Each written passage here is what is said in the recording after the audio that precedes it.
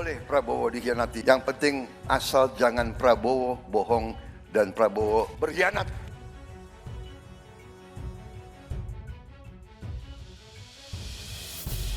Ditentang saya oleh pengikut-pengikut saya sendiri. Saya dituduh khianat. Saat Prabowo mencium aroma pengkhianatan.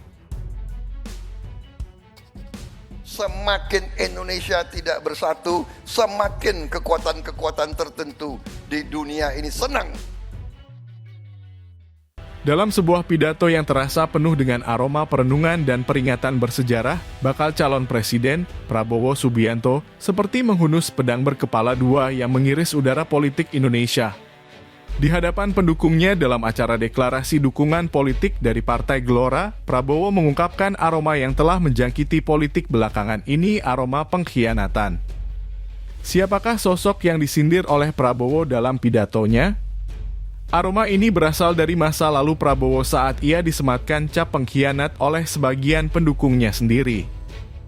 Kenangan itu datang dari keputusannya untuk menjadi bagian dari kabinet Presiden Joko Widodo pada periode kedua, menjalankan peran Menteri Pertahanan. Namun, dalam kisah kehidupan yang begitu kaya dengan nuansa bersejarah ini, Prabowo bukan hanya berbicara tentang pengkhianatan yang pernah melilit dirinya. Dia membuka lembaran-lembaran sejarah Indonesia yang kelam, di mana politik adu domba telah menjadi racun yang menghancurkan persatuan bangsa ini, mirip dengan masa penjajahan Belanda. Prabowo mengajak pendengarnya merenung kejadian pada masa itu, di mana politik adu domba memecah belah masyarakat Indonesia, membuat saudara melawan saudara, dan menyalakan nyala perang saudara. Itu adalah masa ketika sultan-sultan bersaing satu sama lain, memicu konflik yang merusak.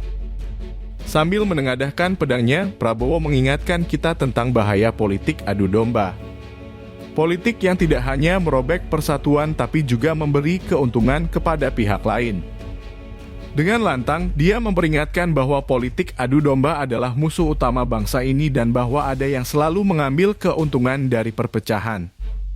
Sebagai bangsa yang besar dan kaya, Indonesia tidak boleh hancur oleh perpecahan internal.